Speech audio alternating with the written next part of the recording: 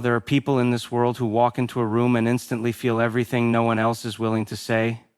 They feel the tension hidden behind smiles. They hear the pain buried beneath laughter. They notice the exhaustion in the eyes of the person saying, "I'm fine." And for most of their lives, they have mistaken this sensitivity for weakness, because the world has trained sensitive people to apologize for what they feel deeply. It tells them they are too emotional, too soft, too intense, too affected, too caring, too much. But what if the problem was never their sensitivity? What if the problem was that nobody taught them how to protect a gift powerful enough to absorb the emotional temperature of an entire room? A child who feels deeply does not suffer because they are weak. They suffer because they are open. And when openness meets criticism, neglect, unpredictability, anger, or emotional absence, the child learns something tragic. It is not safe to be who I am. So the sensitive child begins to shape-shift. They become hyper-aware of everybody else's moods. They study facial expressions like survival maps. They learn to read silence like danger.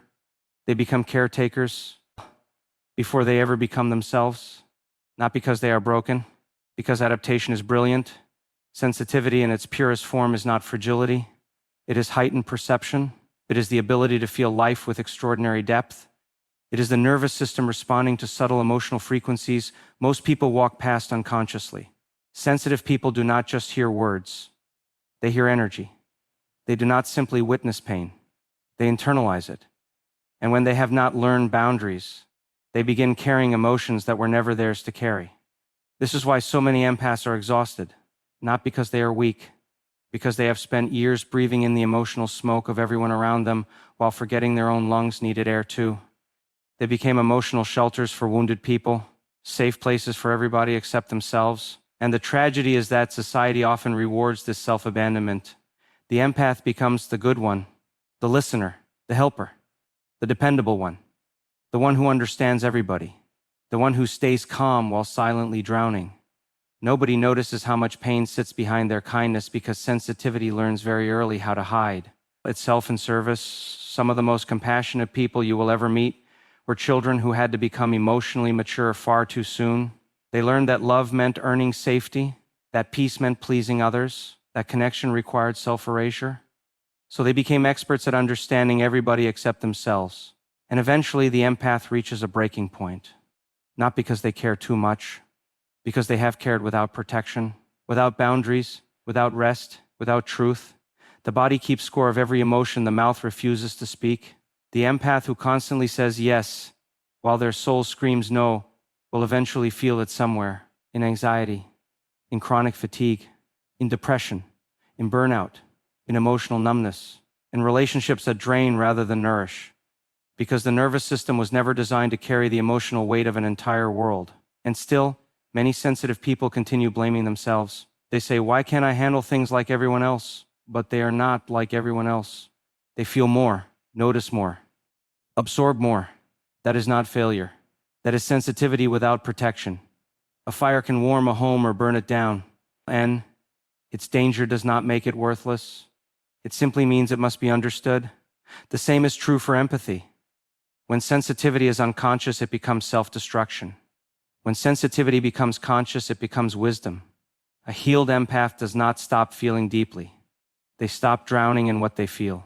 They begin understanding that compassion does not require self-sacrifice, that boundaries are not punishment. They are self-respect. They are the nervous system saying, "I matter too." For many empaths, the hardest sentence they will ever say is not "I love you." It is number. Because somewhere in their history saying no risked rejection, conflict, abandonment, or guilt. So they learn to betray themselves before anyone else could leave them. And this betrayal often becomes invisible. It looks like overgiving, over-explaining, over-functioning, over-tolerating, over-forgiving. Sensitive people often remain in painful environments far longer than others because they can feel the wounded child inside the person hurting them. They understand pain so deeply that they excuse behavior that slowly destroys them. But understanding someone's wounds does not require becoming wounded be. Why them? That realization changes everything. Healing begins the moment the empath understands this. Your sensitivity was never the problem. Your lack of protection was. You were never meant to absorb everybody's suffering until you disappeared. You were never meant to confuse exhaustion with love. You were never meant to become a bridge for everyone else while your own spirit collapsed beneath your feet. The healed empath learns a different way to exist. They still care deeply, but they no longer abandon themselves to prove their love. They stop chasing emotionally unavailable people hoping to finally earn the connection they were denied in childhood.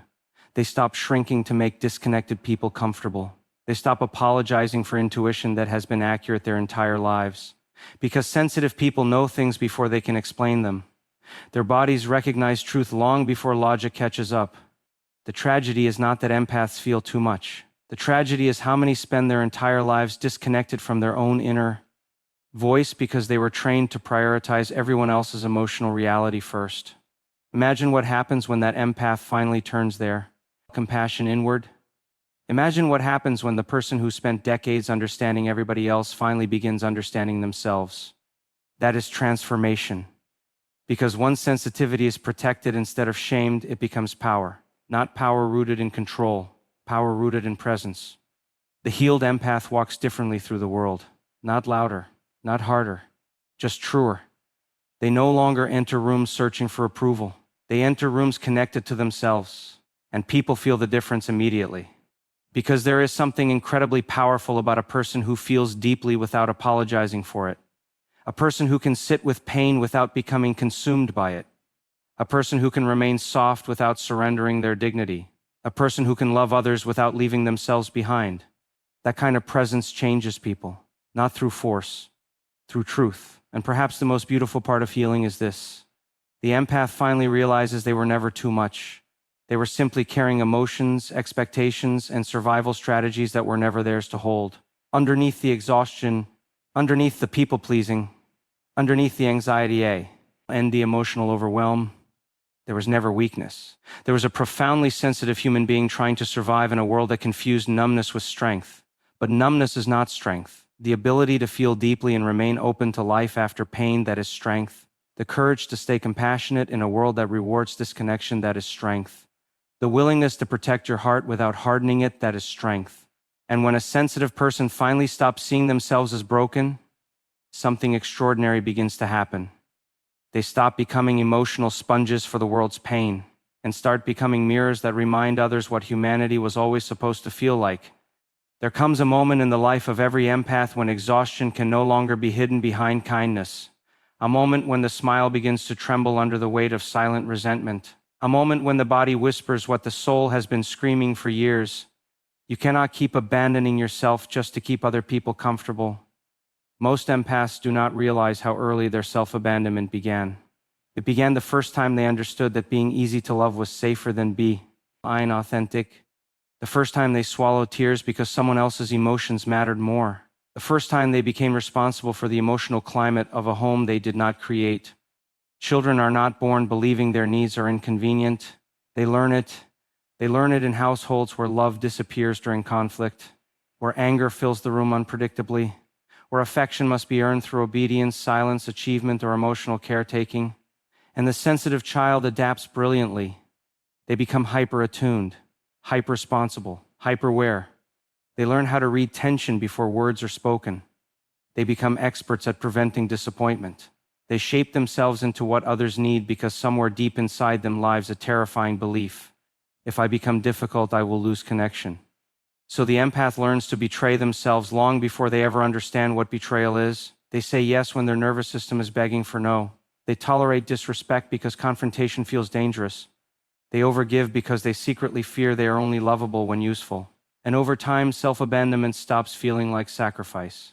It started. Art's feeling normal. This is why so many empaths confuse emotional exhaustion with love. They believe love means enduring, absorbing, fixing, saving, remaining available no matter how depleted they become. They become emotional homes for people who never learn how to build homes within themselves. And because empaths feel pain so deeply, they often stay in relationships where they are slowly disappearing. Not because they are weak, because they understand suffering. They can see the wounded child behind the cold behavior. They can feel the trauma beneath the anger. They can sense loneliness behind manipulation. But there is a dangerous line between compassion and self-erasure, and many empaths cross it without noticing. Because when you spend your life being praised for how much you tolerate, you begin mistaking your own suffering for proof of love. The empath says, maybe if I love harder, they will heal. Maybe if I stay patient, they will finally choose me. Maybe if I explain myself better, they will understand my pain. But healing never begins when you abandon yourself to rescue someone else from themselves. Real healing begins the moment the empath asks a terrifying question. Tian, what about me?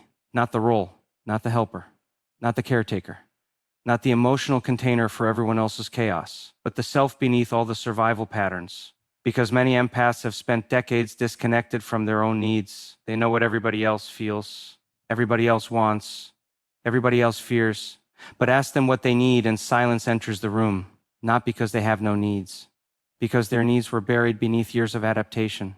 Some empaths become so identified with helping others that they feel guilty resting, guilty receiving, guilty setting boundaries, guilty disappointing people who are never concerned about disappointing them. They fear being called selfish more than they fear being emotionally destroyed. So they continue giving from an empty place, and eventually the body intervenes. Because the nervous system cannot survive endless self-betrayal without consequence, the empath begins experiencing anxiety that feels impossible to explain. Fatigue that sleep cannot fix, emotional numbness, chronic overwhelm, a deep invisible sadness that follows them even during moments of joy. And often, they judge themselves for it. They said, "Why am I so sensitive?" But sensitivity is not the wound. Self-abandonment is. A human being cannot continuously silence their truth without something inside them collapsing.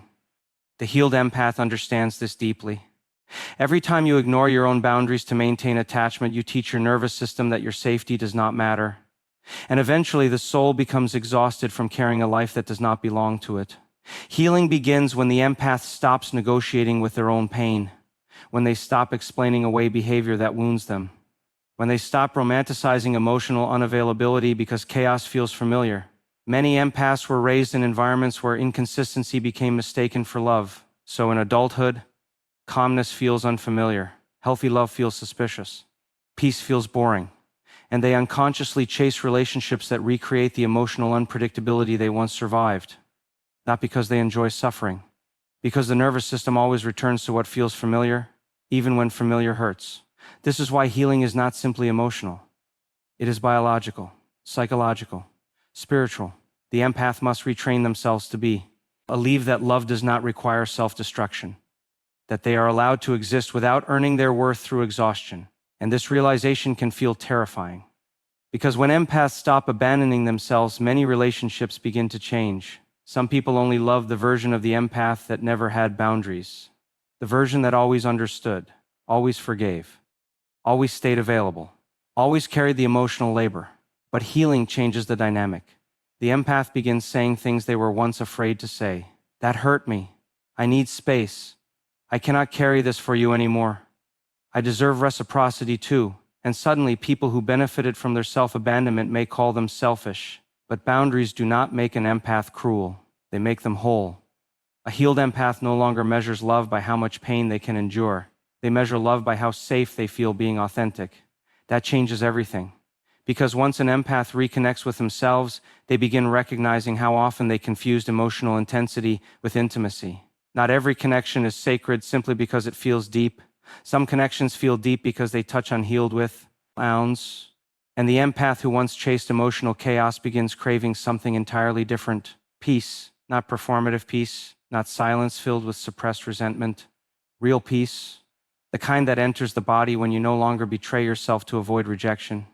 The kind that comes from knowing your value does not decrease when someone misunderstands your boundaries. The kind that allows you to sit alone without feeling responsible for fixing everybody else. Healing transforms the empath from someone who absorbs pain into someone who witnesses pain without drowning inside it. They begin listening to their body instead of overriding it. They stop forcing connections that require constant self-sacrifice. They stop shrinking around emotionally immature people. They stop confusing guilt with responsibility. And perhaps the most profound transformation of all is this: the empath finally stops waiting for someone else to choose them. Because for most of their lives, they have been choosing everyone except themselves. Healing begins the moment they turn that love inward. The moment they realize that self-respect is not selfishness. Rest is not laziness. Boundaries are not rejected. Tian. And protecting their energy is not cruelty. It is maturity. It is survival evolving into consciousness. And when an empath finally stops abandoning themselves, something extraordinary happens. Their kindness becomes cleaner. Their compassion becomes wiser. Their presence becomes grounded instead of depleted. Because they are no longer giving from fear. They are giving from fullness. And there is nothing more powerful than a sensitive person who finally understands that they deserve the same love they have spent their entire lives giving away. There is a profound difference between an empath who is wounded and an empath who is healed. The wounded empath walks through life absorbing pain like a sponge dropped into an ocean. They enter rooms and unconsciously carry emotions that do not belong to them. They confuse suffering with connection, rescuing with love, self-sacrifice with purpose. But the healed empath becomes something entirely different. They no longer enter the world asking, "Whose pain must I carry to deserve my place here?" They begin asking, "How can I remain fully present without losing myself?" That shift changes everything. Because many empaths were taught from childhood that their value lived in what they could emotionally provide for others, they became listeners before they became individuals, caretakers before they became children, emotional protectors before they even understood their own emotions. And for years, they carried invisible burdens no one noticed. They carried the tension in their homes, the grief in their relationships, the anxiety of their parents, the disappointment of lovers, the instability of wounded people who never learned how to hold themselves accountable. Sensitive people often become emotional dumping grounds for the unresolved pain of others because they radiate safety. People feel seen around them, heard around them, comforted around them. But what nobody talks about is the cost. The empath slowly disappears beneath the weight of everybody else's suffering. They become exhausted in ways sleep cannot repair. Because carrying emotional energy is still carrying weight, and eventually the empath begins living with an unconscious belief. My purpose is to absorb pain. That belief becomes dangerous because the empath starts attracting relationships where they are needed more than they are loved. People come to. They're for healing while contributing to their destruction. The empath listens for hours but is interrupted when they finally speak, supports endlessly but feels guilty asking for support, understands everyone while nobody truly understands them, and because they are deeply compassionate, they continue overextending themselves, hoping one day someone will finally love them with the same depth they offer others. But healing changes the entire architecture of the empath's identity. A healed empath realizes something life-altering. You do not heal people by carrying them. You heal people by refusing to abandon yourself in their darkness. That truth can feel shocking to someone whose entire existence revolved around emotional rescue. Because wounded empaths often believe they are responsible for saving people from themselves. They stay too long, forgive too much, excuse too often.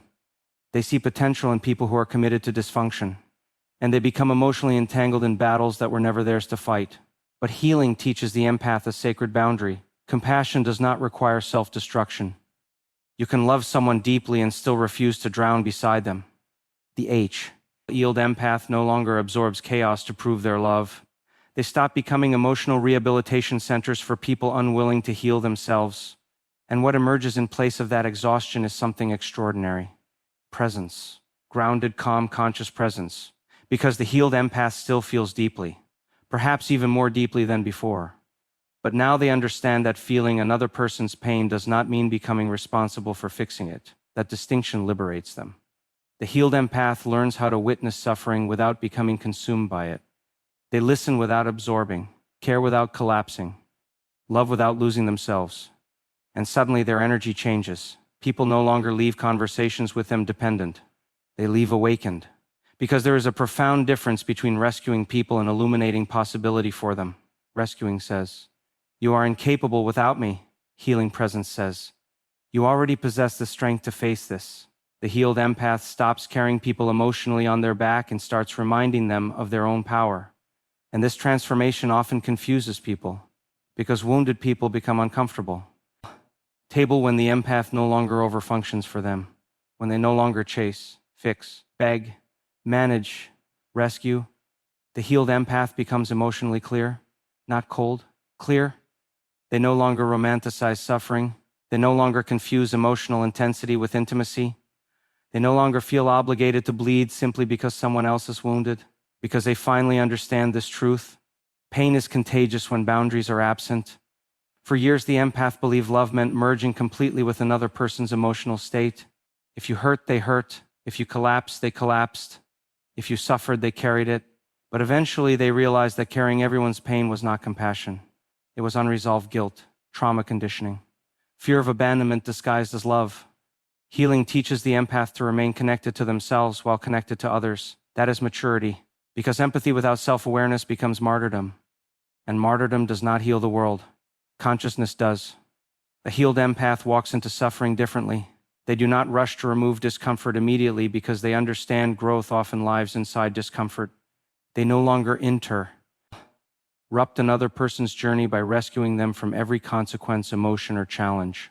Instead, they offer something far more transformative: presence without control. They become calm in places where others panic, grounded where others react, compassionate without becoming consumed. And people feel it instantly, because the healed empath radiates something rare in this world: emotional safety without emotional dependency. They no longer need to be needed in order to feel valuable. That changes every relationship in their life. For the first time, they stop asking, "How can I save this person?" and begin asking, "How can I honor myself while remaining compassionate?" That question protects their soul. Because many empaths spent years believing exhaustion was evidence of goodness. But exhaustion is not holiness. Burnout is not proof of love. Self-neglect is not compassion. The healed empath understands that the most powerful way to transform the world is not through endless sacrifice. It is through embodied truth. People are changed more by authenticity than by rescue. When someone sees a healed empath honoring their boundaries without losing kindness, speaking truth without aggression, walking away without hatred, remaining soft without becoming weak, it gives others permission to heal too. That is illumination. Not fixing people, not carrying them, not controlling their healing journey. Simply becoming an example of what wholeness can look like after pain. The healed empath becomes living proof that sensitivity can coexist with strength, that compassion does not require self-erasure, that love can exist without suffering becoming your identity. And perhaps the most beautiful transformation of all is this: the healed empath no longer enters relationships asking to be chosen because they have finally chosen themselves. They stop shrinking around emotionally unavailable people, stop negotiating with disrespect, stop betraying their intuition to maintain connection. Because they understand something now that wounded versions of themselves could not comprehend. You cannot heal in environments where your nervous system constantly feels unsafe, so they begin protecting their peace with the same intensity they once protected others. And instead of becoming harder, they become wiser.